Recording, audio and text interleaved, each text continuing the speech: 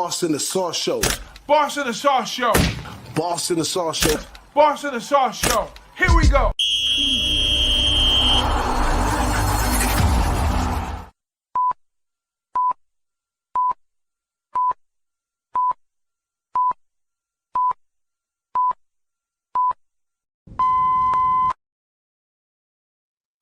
What up? What up? What up now? It's Friday and we live. How y'all feeling today? Big Ragu, you looking beautiful over there, all yankied out, ready for the MLB playoffs? Yeah, man. I'm celebrating my Janks. They got a W onto the Great White North. I'm sporting my new Who-Bangin shirt right here, brother. I'm loving it. Of course, the cap good in the background. First time ever doing a little green screen action tonight. But you guys always look better than me anyways. What's happening to my guy on the left coast over here? Big Wine Time Sports. How you doing, my brother? Oh, I'm good, man. Good to be here with you guys on a Friday night, man. 6 p.m. over here on the West Coast, 9 p.m. for my guy, Big Ragu over there on the East Coast. So excited to talk some college football. We've got some good games this weekend. Shout out to everyone in the chat that's been here early. Shout out to you guys, man. I'm excited to get to it. Man, yeah. Big shout out to the chat, man. Sports scientist Jacob, Don Play in the house. We also have my man AT33 in the house, Smoking Mirrors. You know what's up? It's all about balance, Smoking Mirrors, and we got them all in the house tonight. And that's exactly why we came on Friday for you guys, man. For this crowd we got right here, man. So sit back, relax, enjoy this ride. We about to get ready to take y'all on as we do every week, and shoot. Let's act like it's breakfast and jump into some biscuits and gravy. Okay. If I find my way home, yeah. Wouldn't it be crazy? Don't you still amaze me? Wouldn't it be crazy? Don't you still amaze me? Wouldn't it be crazy? Don't you still amaze me? Yes. It is the biscuit and gravy contest plays for the Westgate Superbook contest going on right now. And we clunked out a little bit last week, man. The worst week we had so far, but it's a long season, so we just got to get back on the saddle, and we gotta use our whip down the stretch. So I'm ready for that. This game, first game on here, New Mexico is going to be coming up real soon right now, and I'll let my man Weinstein tell you all about New Mexico. Yeah, this is going to be a fun game here, guys. This is my play here for biscuits and gravy. We each take two plays, and we do a consensus on one of the games here. I like New Mexico here in this spot. I think that they're kind of battle test proven. We saw them beat UCLA outright as a 15-point dog not too long ago. A couple weeks in Pasadena. Wasn't a hostile environment by any means, but they still got it done. I like the transfers that they brought in. The guy from Idaho, they bring in the transfer from Idaho as well, brought his guy over. I like this team. The fact that they were dogs had me really confused, guys. I was like, why are they a +3? And I told Boss, I was like, if they're a +2.5, I'll take them. If they're a +3, I ain't taking this. I'm not taking no more pushes. I'm taking too many pushes here. And I'd rather take a loss than a push at this point in the contest. So I wanted that 2.5. We got the 2.5. We're seeing +1s everywhere across the board here, about 55 minutes before kickoff here. I think this is going to be a New Mexico spot. Don't get me wrong, San Jose State, like everything they're doing over there, they did lose their best receiver that they've had probably in school history last year. And I find it hard to believe that they're going to be able to beat this team that's kind of proven. One thing is I see this high total of 58.5. I think a lot of points are going to be scored. I'm thinking about taking the over here, guys, adding it as a play, not for biscuits and gravy, but we're on New Mexico here. I think they win this game outright. I'm on the money line. We took the +2.5 because you got to take ATS in the contest. Give me New Mexico. They're going to take care of business. I like it. Now, Big Ragu, what about that coach over there at New Mexico? You did a little research on that. Tell them about that. Yeah, so Jason Eck, Wine touched on him. He was at Idaho. He was like he took that program and flipped it, got him in some championships and FCS, playoffs. And he basically put together an all-star FCF squad. And he brought some of his guys with him, like he said, some of the personnel, some of the players, and scoured, FCS, some of the top talent that they had. And this is a team that goes out week in, week out, and they play for this guy, and they play hard. And This is a team that loves the dog roll. They win outright a lot of times. Like Wine said, they started out with Michigan. They covered that game, not a win though. Took an L the first game, but they've been rolling since that game. And in a lot of these games, they're underdogs and they're outright winners. Now the line is kind of moving down, which is in our favor. We're looking at a 1.5 number where we got it like 2.5. I actually bet it plus 2.5 minus 105, and now it's down to like 1.5 in spots. So at this point in time, like if you get into the window a little late, I would even look at taking the money line at plus 105. Nice. And even though I am the Mountain West, where I do it the best, I happen not to be on this game. I got But 3 Mountain West games today. hey, Mountain West might be money this year because they sure not gold like they used to be. But it just, money is fine. We don't need to have gold. But money is fine. But let's jump over to San Diego State game, which I'm on the San Diego State game right here. So I'd like to say, oh, my background is a mess, but it's all good. We in the garage, y'all. Let's go. But the San Diego State team definitely looks like the better team in this matchup right here. When I looked at it though, I really was on the under. It would be really sharp play to be on the under in this one, but the line has went down a little bit more. It's down to like 40 right now, so I think I'm gonna pass on the under, and also the spread has moved. But off top, I like the San Diego State for the win for sure. So I do have San Diego State in a parlay, but I also I'm comfortable with the 6-2. Let the books do some of the work for you, and I'm comfortable with the 6 for the contest, and that's mostly it on San Diego State for me. Anybody got something else to say about San Diego State? Man, if we could start off 2-0 on a Friday, guys, going into tomorrow, that would be a thing of beauty. I feel like we're like if we're gonna get a 7-0 weekend, we're gonna get right back in that. So I feel like it's gonna be our weekend. Yeah. Juan, you got anything? I got something to say about this San Diego. No, you're take it away. I'm good. Yeah. So basically, this is the first conference game in Mountain West too, by the way, for both of these teams. I think some of the other teams also, but this particular contest. The interesting look here is the San Diego State, they have the number 1 rated defense in Mountain West right now, not playing conference play, but just, for what they put together at the beginning of the season. Where Colorado State, they're ranked like 103rd on their offense. They're averaging like 4.8 yards per play, where San Diego State's giving up only using like 3.7 yards per play. But you got a second-year head coach, Sean Lewis, over there, and he's got some major improvements going on. So he took a team that was like 3-9 last year, and they've already got 3 wins this year. So major improvements there. Jay Novell, his seat's starting to get warm at Colorado State. Matter of fact, he's given up the play calling duties to Hal Mummy's boy, Matt Mummy. He's going to be calling the plays, and then starting a freshman quarterback to try to spark that offense. So the line's going down, which is a little off-putting for me right now, but I still think San Diego State's the right side on this one. Yeah, San Diego State. Years ago, I would have took San Diego State just and the under right away with the way that they play defense. But with Sean Lewis there, the defense is a little different, but it's the school is still rooted off of defense. They still have some of those heavy defensive recruits in there, so they've been picking up the defensive side of the ball as well. And like I said, the other side is the offense is so bad. Like they're bringing it into the freshmen to try to spark the light, but bringing in the freshmen against this defense that they run over here at San Diego State is dangerous. So yeah, San Diego State total would be for Colorado State right now. I hadn't looked at that, but that might be a look here, with San Diego State's defense and the new offensive. Evidently, the market likes it, the change. So I guess they're just banking on the change to produce something for that school. But I'll stick with what I'll take San Diego State in the side. Yeah, but at the same time, the spread went down. So right, that's what I'm saying.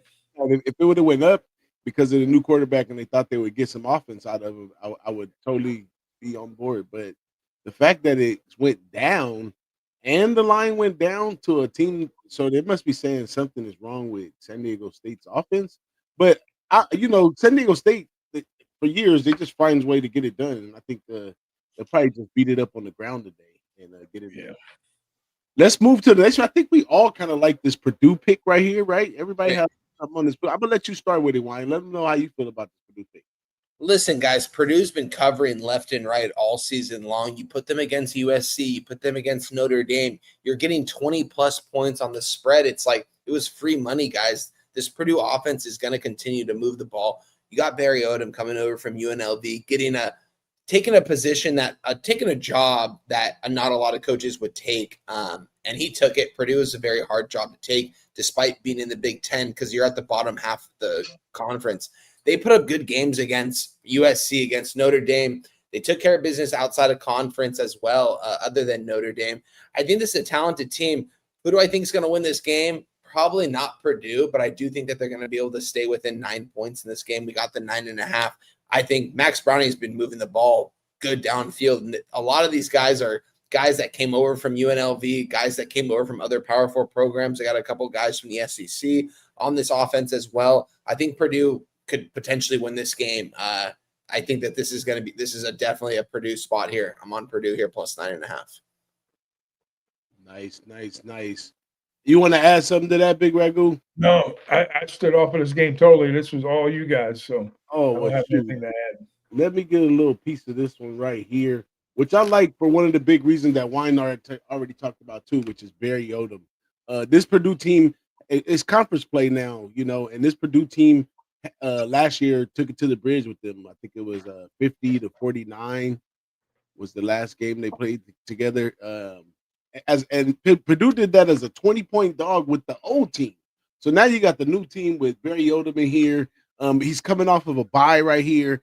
And this is basically an interstate game. So I need to stick to all my guns. And one of my guns is when it's an interstate game, if I don't like the dog, then don't play the favorite. So I like the dog in this one a lot. So we on Purdue plus the 9.5 in this spot right here.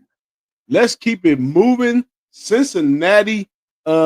This is a pick, but I'm gonna let y'all start off. But I got a little my side of the story too. You want to start this one, Big Ragu? Sure, why not? So this game's a line flip, guys. This game opened up with Cincinnati, I think, as a 3.5 point, three-point favorite roughly, and now we're looking at Cincinnati as a 1.5.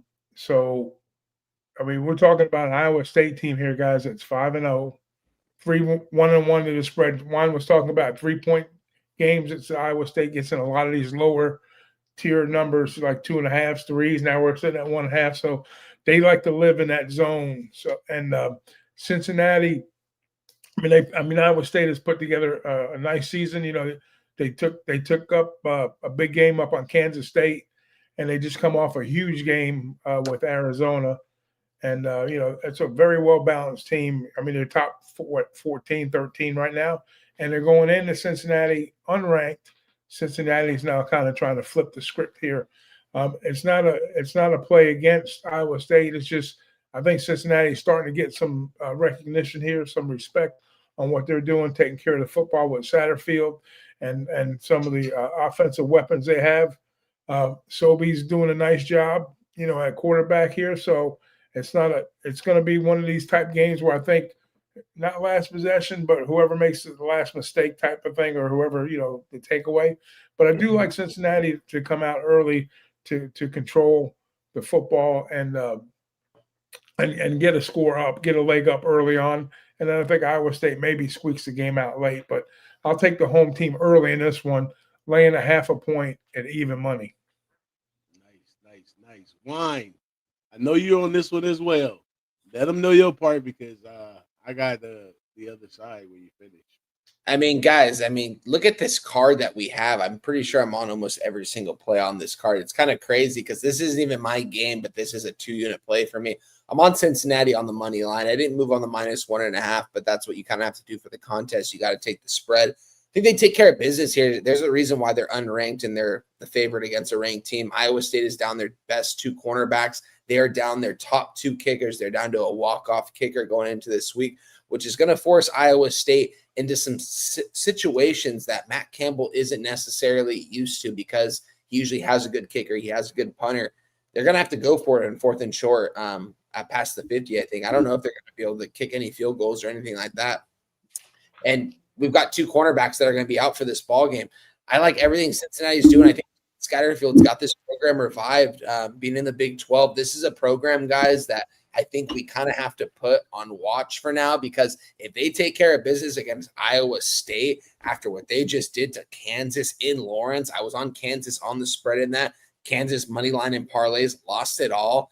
This Cincinnati team is good. They should have beaten Nebraska in week 0. We were on that spread contest-wise. We got the cover. But, I mean, you go out and get Tyree Walker from Wisconsin. This guy is an absolute bowling ball at 5'9", 220. You've got 2 receivers from Georgia, transfers. I mean, this team has everything. Sorsby, I mean, he's just got to get the ball in the hands of some of these guys, and they're going to take care of business.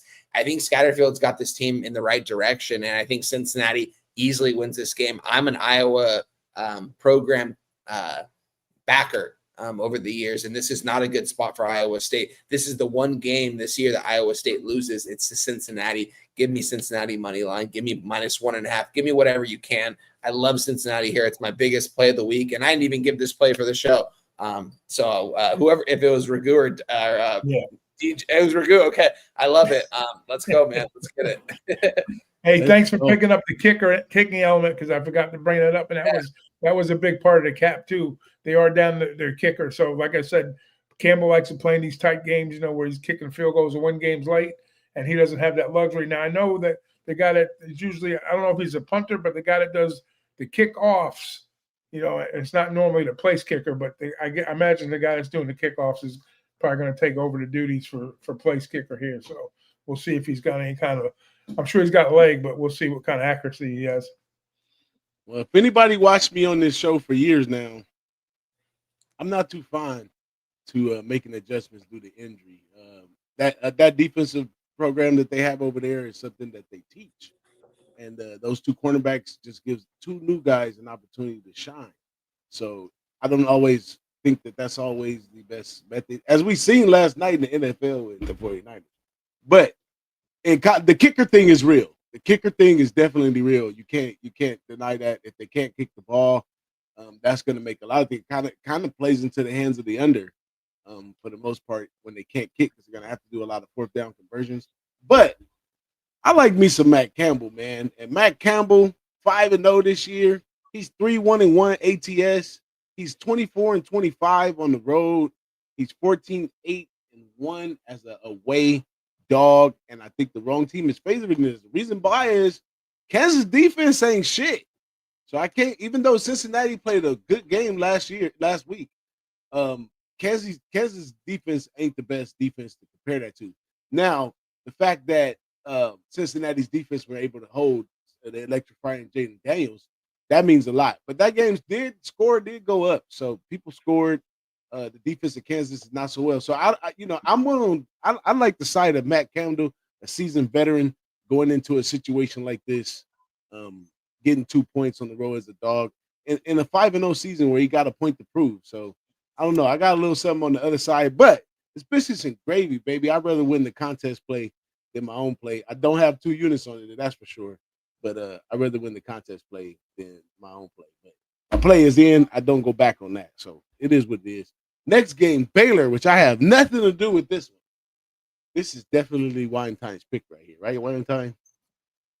I mean, come on, guys. Going into the season, Baylor was a team I was high on. I think David Aranda, everything he's done with this program over the last couple of years, he's building something special, and he's had a very tough start to the schedule to start this season. I think this is a perfect get-right spot against a Kansas State team that took care of business against we were on Kansas State last week, easily took care of business against a UCF team that you could only back in conference play at the Bounce House. We might have to back them this week, too. Haven't moved on it yet, but when these guys go on the road, it's an automatic fade every single time. And Kansas State, not a good team in the Big 12, but they easily took care of business. It was just a Kansas State type spot. Baylor, on the other hand, has taken some tough losses. Took a loss to Auburn, took a loss to ASU. But we know ASU is one of the best teams. I mean, they made the college football playoff last year. They might not be the same team, but it's still a program that is very well coached and has some good players over there.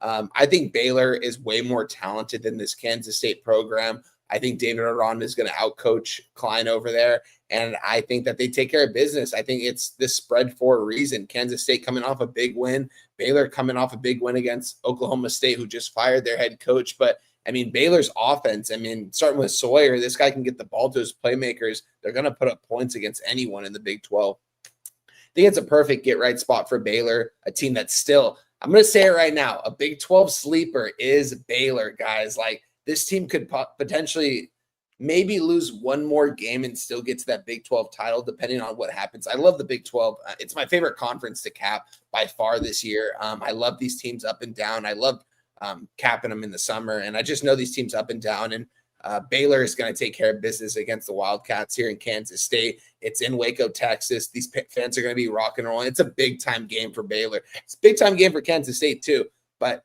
Baylor is the better team on the field. They have the better head coach, and they are nearly a touchdown favorite for a reason. Give me Baylor. I like it. I like it. Plus, we can get back some of that Baylor money from week 1. Yeah. Still waiting on my rebate on that one. Yeah, You got something on Baylor? You got anything on Baylor, Big Ragu? No, I mean, I like the play. It's less than a touchdown, like Klein says, and I think Kleinman's personnel this year is a little off. You know, they've been having a rough start to the year. So, I mean, some of these good programs, and Kleinman is another guy that came from FCS. You know, North Dakota State, I believe, or so one of Dakota schools up there when he made the transition to Kansas State. So he's been a rock solid coach ever since he's been in Manhattan up in Kansas. But this is a little different year for him. So he's trying to get some things figured out. And NIL has kind of changed it up. So I don't have a dog in the fight, but I got 2 dogs in this fight with you guys. Nice. Yo, we are on the Baylor. Let's jump right over into this other pick that you like a lot, Big Ragu. Tell them about the Roll Tide taking Alabama versus the Vanderbilt team that's been streaky. But tell them what's really going on in this game, Big Ragu. Hey, I became the biggest Alabama fan since Florida State beat them. They've got to keep winning so it makes us look good. So that's my handicap on the game. No, I'm just kidding. So basically, Bama, they did get off to that rough start with FSU, but I think they've kind of straightened things out. They kind of got the running game going now. The Boars had some moments. They got the big win at Georgia last week. I like the way Simpson's playing quarterback. The defense is starting to step it up a little bit. So, they're getting in these games now where they're getting in what I call the meat and potatoes, like we always say. And this team has got revenge on his mind in a big way. This is a team that Vanderbilt that beat the number 1 ranking, that kind of put DeBoer in a hot seat last year. And there's some players on the squad that kind of remember that coming back in. They're going to be playing in Tuscaloosa. So they have a little bit of revenge on their mind. The big driving force behind Vandy is Pavia. They live and die on his shoulders, and he's the motor that makes that team go. So I think they're going to try to, definitely contain him some form of fashion, not to let him beat him deep, but kind of contain him. And I think this is a steam game too, because I see the numbers are starting to move up on this. And with the revenge spot, the national spotlight game, game day going away from FSU, from Tallahassee to go to Tuscaloosa for this game. I mean, so the lights are shining really bright there, and I think Alabama wants to put on a really good show. And not to say that Vandy's not going to have nothing to do with it, because Clark Lee's going to have these guys motivated to play. But I think the extra motivation is on the side of Bama. So I think the Tide is going to roll here. Roll Tide. Yeah, I'm looking for that rebate money on Alabama too. We took Georgia last week, and that was another rebate money spot for them. But Kalen DeBoer, they are really talking about replacing this man with Sig Signetti and all kinds of stuff they're talking about. I think he tries to hold on right here and keep his job and keep Alabama. And but the players like Pavia, they don't really flourish against teams like Alabama. You put them in 50-50 spots or, teams that's a little lower, they flourish. But against a team like Alabama, they can really shut Pavia down. Remember, he's undersized. He's not very fast. He's just a great playmaker. And when you got big 280 pounds full of muscle moving at you with speed, it changes the game. So, yeah, I like Alabama in that spot, too. Definitely like that show pick right there. Last but not least, Alabama first half this year yet, have we? Nah, we haven't hit that. My man Nasty Nate says Alabama first half in the chat. Let's go. Shout out to my guy, Julian Cicero, who's in here, man. We missed you out there in AC, Julio. We had a marvelous time We'd love to have you there with us, but we got many more to come down the line. But shout out to our guy Julian Cicero. He hangs out with us real tough. Jeff Matthews in says Bama struggles against a mobile quarterback. So Yeah, but doesn't this mobile FSU. quarterback is a lot more. He's a 3-star, 4-star type mobile quarterback. He's not like a 5-star quarterback.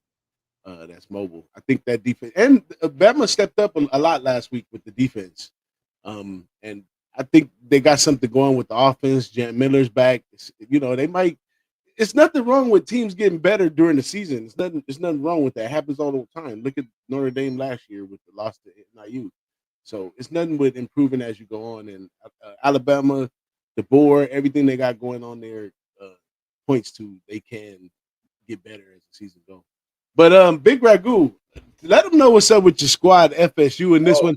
I like to pick on one side, and then I guess I'm a little bit public thinking Miami is just a team or whatever. But Florida State off a week to prepare, just like they did the first week against Alabama. They had time to prepare and line this up with a Miami team, which we know has its holes in the team, and we don't like Mario Cristobal.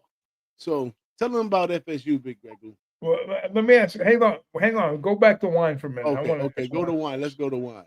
Go back to wine. I'm sorry about that. Hey, wine. What do you think about the Bama game?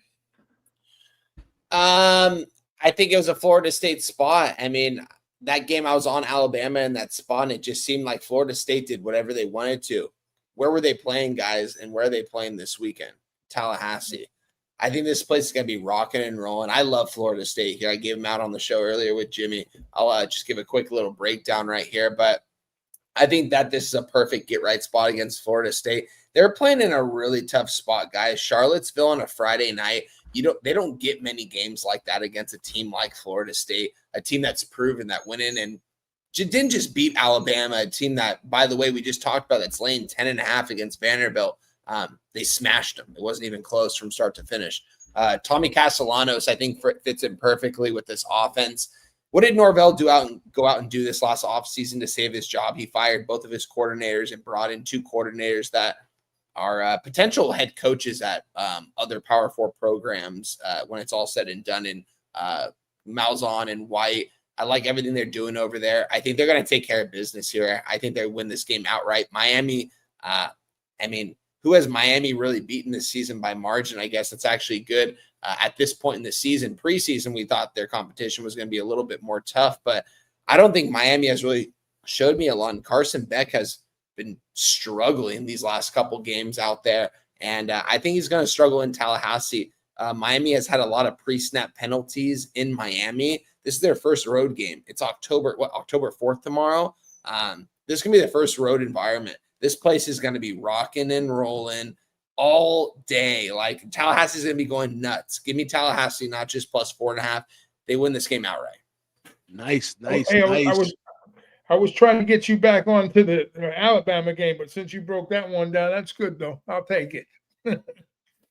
But yeah, to get back to DJ, what we're talking about early on the FSU side here in the Miami game. Listen, guys, this is a throwback football game to the 90s.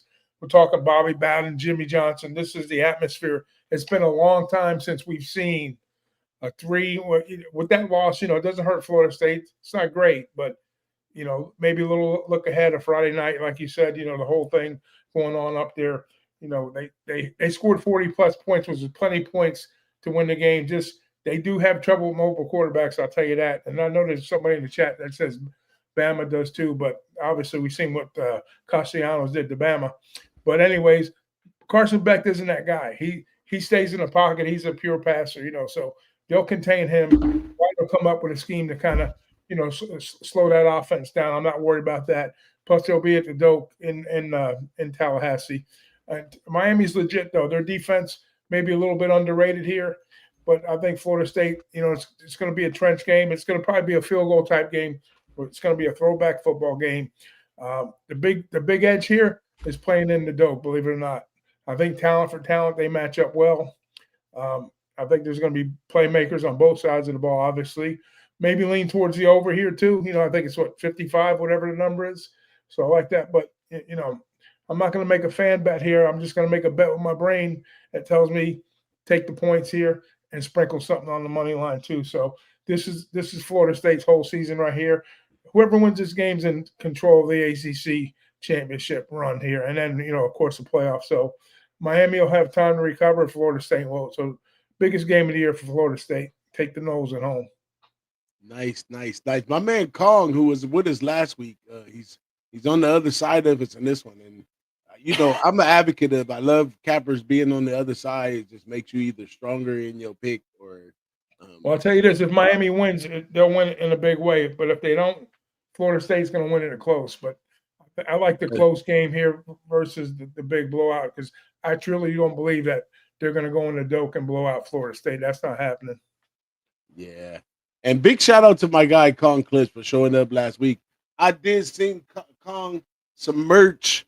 He got a nice Who-Bangin shirt, and he has an exclusive Who-Bangin tumbler that nobody has but me and him. So I got some more to give away. Maybe we'll give them away towards the end of the show. But yeah, I have some more of those to give away. Look, he says it's fire.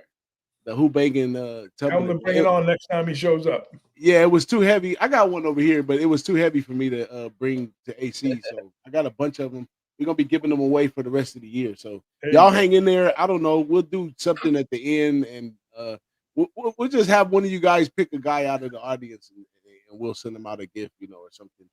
But that's basically it. But he does say that he's on the other side. He said this view is frauds. He hates to say it. They're a quality team, but Miami's on another level. FSU got the worst of Alabama. A lot of stuff there. A lot of stuff going over there, man. Shout out to Kong too. He says we have quality merch, which we do, man. We do. And that's not to get off topic of what we're doing, but that's a lot why I do it is because our community is so small, man. We gotta thrive off of it, and all the little trinkets and stickers and gifts and all that kind of stuff. It really goes a long way with everybody, not only just the people from Who-Bangin, but stuff I got from pubs, all kinds of other stuff. Like it just goes a long way because it's such a small community. If you're out with a Who-Bangin shirt and somebody says, "Oh, what you know about Who-Bangin?" That's like amazing to think that it all lines up. But you let them know what's up. That's what's up. That's one of my look. But let's go over into the next part of the show. My man AT 33. I know he's still hanging around in here. He got his wiki pick. Last week he pulled a double on y'all. He was on the other side of one pick we had, and then he also took Hawaii and he cashed both of them. I think he's up 1 unit on the show with all his picks so far. But this week he sends his pick in. Y'all pay attention to my man AT33's pick. Oh, come on! Okay.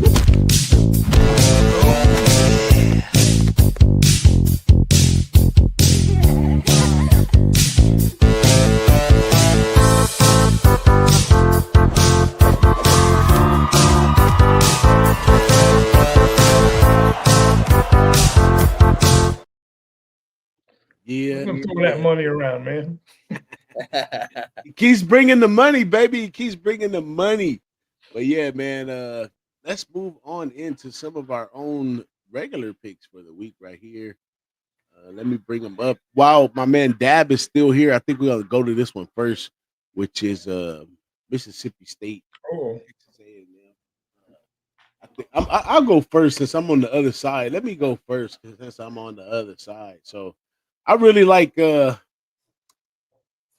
Mississippi State in this one. Mississippi State was really impressive last week. I don't know how they give them 15 and a half points after such a great performance that they had last week. They showed that they like to run the ball up. I don't see much on the other side that's going to stop these dudes. Now, Mississippi is 5-0 ATS, 6-3 ACS in the last 9 meetings.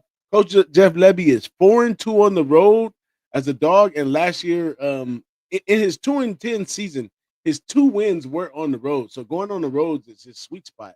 So Mississippi State, the big factor of that one is they're going on a bye after this game. So after this game, they're going on a bye. I'm hoping that Mississippi State leaves it all on the field.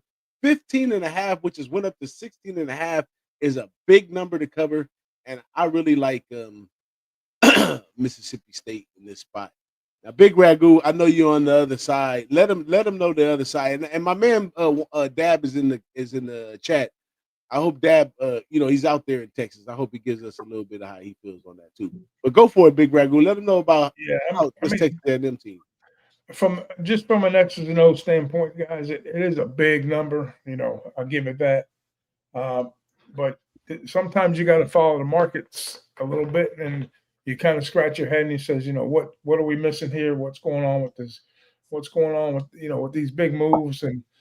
And like you said, to your point, DJ, this is a team that's 5-0. Talk about Mississippi State, 4-1. They had some turnovers. Shapen turned the ball over, which led to a couple of touchdowns the other way. So that cost Mississippi State basically the game. That tough overtime loss there, but 5-0 ATS. Nothing. That tells you. I mean, and then you got the other side that's coming off the bye, A&M. Elko squad here. They maybe have a better air attack possibly, but I mean both of these teams are going to try to run the ball. I can tell you that they're going to establish a ground game early on here, and the way that number keeps creeping up, man. I mean we're looking at almost 17 points now, so I think the best of the number is definitely gone here, and I want to get involved with and there's a lot of sharp money. Like if you look at the way the money's coming in, I mean you're looking at about 65% of 55% of the bets are on A&M, but almost like 70% of the money. So bigger bets are on the A&M side. But I wanted to get involved here. I kind of lean under. I like the under, but I'm finding some A&M first half numbers at 7.5. To me, that's a little bit of a value there, where the numbers ticked up to 16.5. I can get some 7.5s out there. So I'm gonna roll the dice early with A&M here. It's not my sharpest play, but it's one that I'm kind of following a little bit of steam on and kind of makes a little bit of sense off the bye and the tough loss for Mississippi State. So A&M hasn't had that big game. Yeah, they played Notre Dame tough at South Bend, and then they come off of a bye. I think right before that or right after. I got to go back and look, but the tough game with Auburn last week. So their job was to get by Notre Dame, play low with Auburn, and get ready for this big game here at home. So they got the job done, and I think tomorrow they roll. There it is. There now, my man. Dad, are you on this game too, Wine? I'm not on this game. I was close to moving on Mississippi State, ended up staying away, and seeing 16.5s across the board makes me think A&M is probably going to just absolutely score, which would probably put me on their team total over. No official bet for me in this one, though.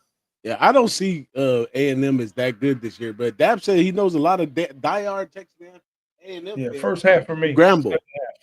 And they either aren't betting this game or they're fading A&M. This actually make him think the books are begging for Mississippi State money. He also says if he was to predict the final score of the game, he'd go 42-41. I mean 42-21. He thinks A&M's offense comes out with their hair on fire, especially Mario Carver. So I don't really believe in Texas A&M that strong. I think Mike Elko is just he's just one of those coaches that's really talented, have that little oomph to him. And as he continues to coach, I think he'll probably gain oomph. But he does have a good squad over there. And he got a chance, but that's a big number. And I also looked at that first half too, Gagu. And on the first half part, I've been kind of looking at a lot of teams coming off a bye. And most teams, especially the good ones, start slow off the bye. Look at Ohio State starting slow last week. A couple other teams off bye started slow. And That's true. Makes a lot of sense because you haven't been in contact. And think about like back in the days, it was easier to keep the kids focused on the game. Nowadays, with cell phones and social media, and having to give the kids their space and all the stuff you can and can't do, it leads. On a bye week, you think those guys are not out doing stuff they have no business doing or something like that? Oh, we got spam. Shout out to the spam, man. Thank you for spamming us.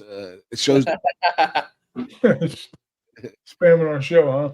My man Dab says the team is a special, boss, and I've been negative about Texas A&M. We usually are negative about our squads, anyways. I should have raked in money over my ass cheeks with Notre Dame last week. I was so tempted.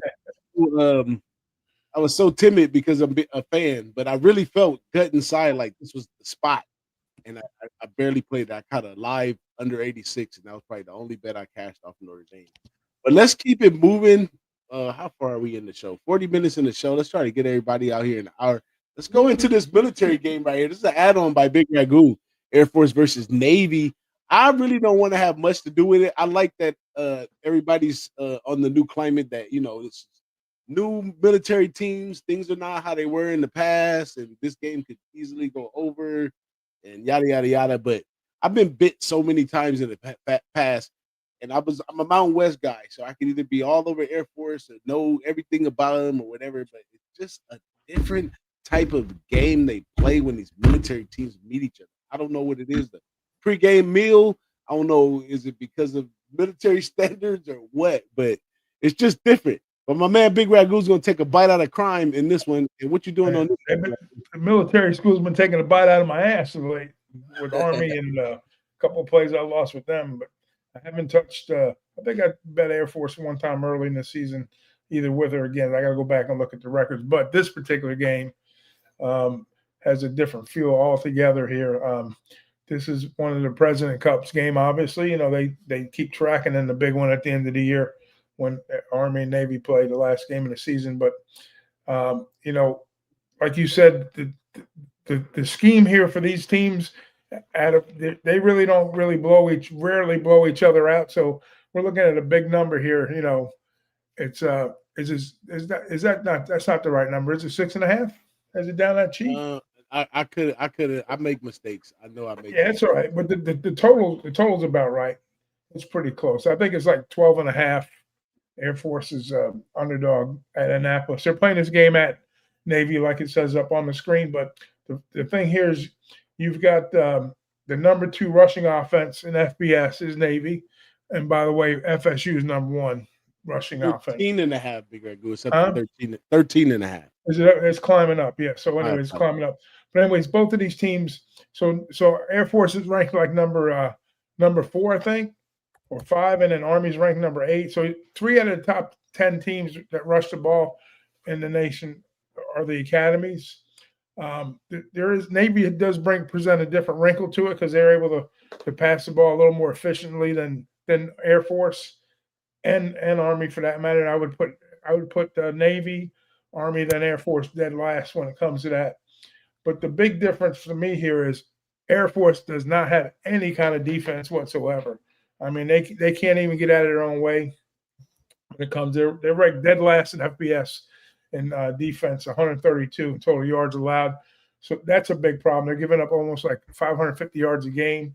But they can't move the ball. Their offense still moves the ball, but they just give up a ton. So normally these games are sitting around, high 30s to 40 points a game. This particular game, I already played it. It was 49.5. It moved up to like 51.5, 52 points.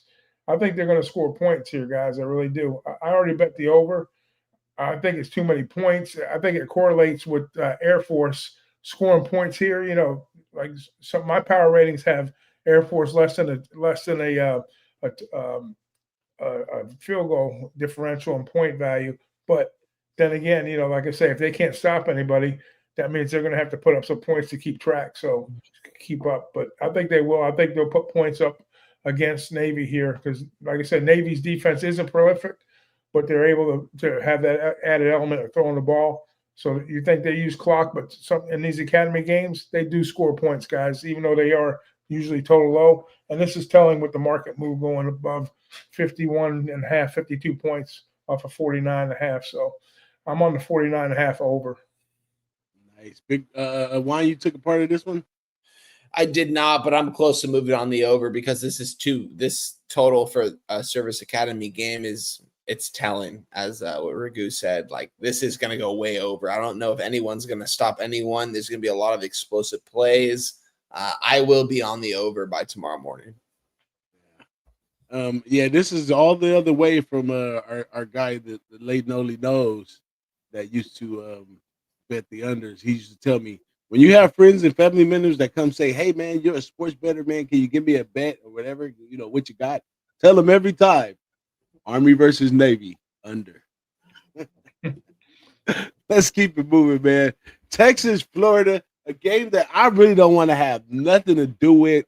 Archie Manning, Florida is at home in the bounce house. It's got to be a wine time game because he likes those places that they play and all those environments. So Florida is right here at the bounce house versus the Texas team coming off a bye, right? Texas coming off a bye in this one. And this Archie Manning cat has not paired out as he's supposed to do, but Texas still has defense. Do not discredit the defense. But where you at with this one, Wine? Yeah, I'm on Florida, guys. Gainesville here. You guys, I mean, I remember talking about Miami and Florida last year, the opener. You guys were telling me, Gainesville is going to be insane. It's going to be rocking and rolling there. Miami still took care of business, but I mean, they also had Cam Ward at the time. This is Arch Manning against DJ Lagway. Who would I rather take to start my team? It's going to be a hard take. It's going to be a take that no one else tells you. I'm going to say DJ Lagway when he's actually healthy. I think he can throw the ball a lot better than Arch Manning. Arch Manning has not really showed me anything on film from last year, from this year. Every game he's played in, he wants to run with the ball, and I get it. He's a good athlete, all that stuff. But when it comes down to it, SEC play in hostile environments like this talent is too close. I don't care about the records in this spot. Florida, I get it. They're not having a good season. I don't care about the records. I don't care about the coaching staff because I'm going to say Coach Sark is better than Napier over there. But Napier is a hell of a recruiter. The talent that he has brought into this Florida program is crazy. And there's a lot of true freshman 5-stars out there that are playing. I think Florida don't only cover this game. They give Texas another loss this year and give Texas 2 losses to start the season before October really begins. I mean, it'll be October 4th, but I don't like this Texas team. I think Arch Manning is a phony. I don't think he's that good. I don't think he's going to be the number 1 overall pick. I don't think he's going to be a Heisman candidate. This kid has not shown me anything to prove that. I don't care about what he did in high school. I care about what he's doing in SEC play. And I don't want to see him taunting Sam Houston players that are getting blown out by teams that aren't good either. We saw that last night. Give me Florida, not just on the spread. Give me the money line. Texas loses this game in Gainesville. Woo! Heard it first right here, my man. So if he my man Billy Napier wins this one, does that keep him off the hot seat line? Yes. If he loses this game, if it's a 3-point game, he keeps his job. If they lose by double digits, it's hard though, because this guy has recruited his ass off, and you'll lose a lot of guys in the recruiting. Wouldn't that be sad? It would. So I don't think his job is necessarily on the line because dude, that schedule he's got is murderous. They had the toughest schedule in the nation. Top 25 toughest schedule, but he is the topic of getting on the hot seat week in, week out, and I think this probably could bail him out. I like that look. I hope you win that one just so we can celebrate my man Billy Napier getting out of the hole right there. But let's keep it moving. My man 1833 says he won't be popular at the party bond in Georgia. Let's go. Excuse me. Next up, and this got to be another wine time play. And somebody in the chat said something about his look on UCLA. This UCLA thing. I mean, anybody from the outside looking on in gonna say dumpster fire, but Penn State after last week also dumpster fire. So I don't know. This is a game I'm staying far away from. Wine time. Give them what you got. I'm on the under, guys. Listen, it's Jimmy Knowles going against Jerry Neuheisel in this situation. They parted ways at Tino Sinceria, guy going to the season where I thought had very high expectations for. They're bringing a guy, Jerry Neuheisel. His dad obviously coached the program when I started actually going to the games and stuff when I was in middle school and high school. And he never, after he got fired from UCLA, he never took another job just because he loved the school, what it stood for. And that's exactly how Jerry Neuheisel is, guys. I was at AT&T Stadium when they played Texas in 2013.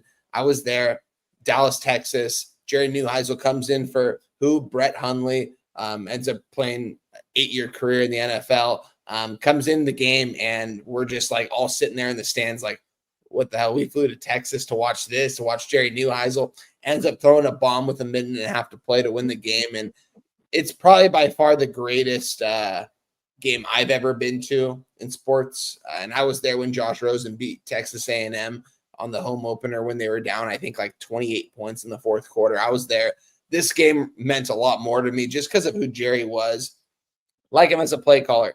But, guys, he's going against Jimmy Knowles. I mean, this guy is one of the best defensive coordinators in all of college football. His first game calling plays over there. It's going to be tough. I don't see UCLA scoring many points. At the same time, UCLA defense has been stepping up. They've actually improved. They didn't even give up a point in the second half against Northwestern. Give or take, this is Coach Koldnicki and Drew Howler, and probably the two best running backs in all of college football as a 1-2 punch. I think Penn State obviously wins this game, but I do not see how this game hits 45 points. How does this hit 40? I'm going to say this is like a 35, probably like a 30-10 type ball game. And Penn State gets out of this, but like UCLA's defense is actually decently well. Their offense hasn't been able to move. I don't know if it's going to change because it's going to be a coaching mismatch. Love my guy Jerry, but this is going to be a tough game for him. Give me the under 50.5. Nice. And I know White Tie, I know you can't say this because you're a UCLA fan. Oh, before I say that though, one of my coworkers, my man Anthony Roman, he's a UCLA alumni and everything. He was at that game too, against Texas. I mean, and yeah, no way. Yeah, and all Dude, of his that's his cool. family is all on the other side of him and all that, and he really enjoyed that game. That was Fairbairn, the kicker on the Texans. His whole family was sitting in the row behind us at that game, and I was like thinking, like, damn, this is pretty cool. And then to see Fairbairn do what he's kind of done at this point in his career in the NFL, he's not good anymore. This year has been bad, but it's pretty cool to see though. But I know you can't say it, but I just want to say fuck off to UCLA because they ruined my boy's whole spirits going into the season. He been carefully clapping Foster and Tino and the whole 9 yards, and y'all happen to have a shit show for my boy. But they do put a new solid coach in place, and maybe we move on. I like Tim Skip. But let's keep it moving. Where we go from here? Oh, Big Ragu, you don't have any more plays, huh? I think I'm just going to tag along with you guys. Hey, I want to add something to one on that. I couldn't agree more with the under there because, like you said, UCLA possibly 10 points tops. That's what they've been averaging at home. They're like, definitely way down in the ranks as far as offense. And to Penn State, they got to try to regroup a little bit after that loss. Travel cross country. They just want to go in there and get out. So I don't look for them to put a huge effort into that game as far as, they're not going to lose the game, but I don't think they're going to rake anybody over the coals at the same time. So that's probably the smartest play. Probably one of the smartest plays on the board today, I think. Yep. And this last one is not a real not a big deal for me. Shout out to Jermaine, says, "What up, gang?" Shout out for coming to the chat. But this was not a real big one for me. But if you've been watching Big Boss picks that I post every week, my plays outside of the biscuits and gravy, I've been on Memphis and Cashin every week, and they've been going on and doing their thing. They're doing very well, ATS. But this week right here, which I thought was last week, but somehow we're here now. But I should have took Memphis last week, but I stayed off the game totally because I thought the bye week was this week, but actually the bye week is the following week. I don't see this Memphis team playing all out versus this Tulsa team when they're going into a bye. They've been doing everything they can to maintain. Brandon Lewis throws a great deep ball, and I think that deep ball kind of rocks teams early. So I like Memphis first half minus 11. But if I could get a 21.5 with Tulsa, I'd take a chance with Tulsa because the second half they're going to bring in the third string and all this, and these guys are going to be trying to hang out. And I mean, Memphis is a thriving city, so I'm pretty sure these guys are going to party a little bit after this great start that they started. So I'm expecting a little digression in Memphis and leaving the back door open, but I'm thinking that they start off to a great start at home, coming off a road game, going into a bye. It's just a great temperament for these guys to get a first half win. But go for it. How you playing it, my man? I'm taking them first half minus 11. Taking Memphis first half. Yeah, Memphis first half minus 11. Yeah. That makes sense. Don't forget, the guys coming in, they want to get theirs too. That's what it's all about. But like you said, just don't turn the ball over. Tulsa, they should beat Tulsa handily, but Memphis is probably I don't even know what you call it nowadays. We used to call it group of 5. What is it, group of 4 now? But they're your wild card playoff team right there. Memphis, they keep the ball rolling like they've been playing solid football all year. So much more than Boise State. Boise State kind of lost their ticket for that one. The American, in my opinion, might be a little more competitive than the Mountain West. It's pretty close right now, and I think Memphis has everything rolling for them. If they blow Tulsa out, I mean, Tulsa blew Oklahoma State out. We know Oklahoma State's not a good team, but I mean, Tulsa played good in that game. So I think this is telling for a reason. 19.5. Memphis blows the doors off these guys. We might see Memphis in the playoffs this year, guys. This might be the team that we see that we didn't expect to see. They're going to have to score to get their team total. I think it's 37.5. They're going to have to score 6 touchdowns. So. Yeah. But that's it for all of our pick right there. Thanks for college football game streaming on for coming in with the crazy text. But you've been banned. It's okay. But yeah, man, I don't have much more. The Notre Dame game is a real wobbler for me.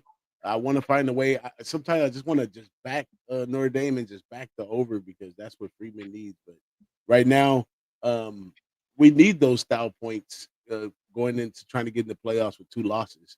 I don't think that's on Marcus Freeman's agenda. Is Marcus Freeman's agenda really try to do that or just try to continue winning as a coach? So I don't know exactly where we at with that, but I will be betting that game live. But I don't have any other thing. I'm trying to tread lightly. We did 1-6 in the biscuits and gravy last year, and I did 0-7 in my personal plays last week. It was unbelievable.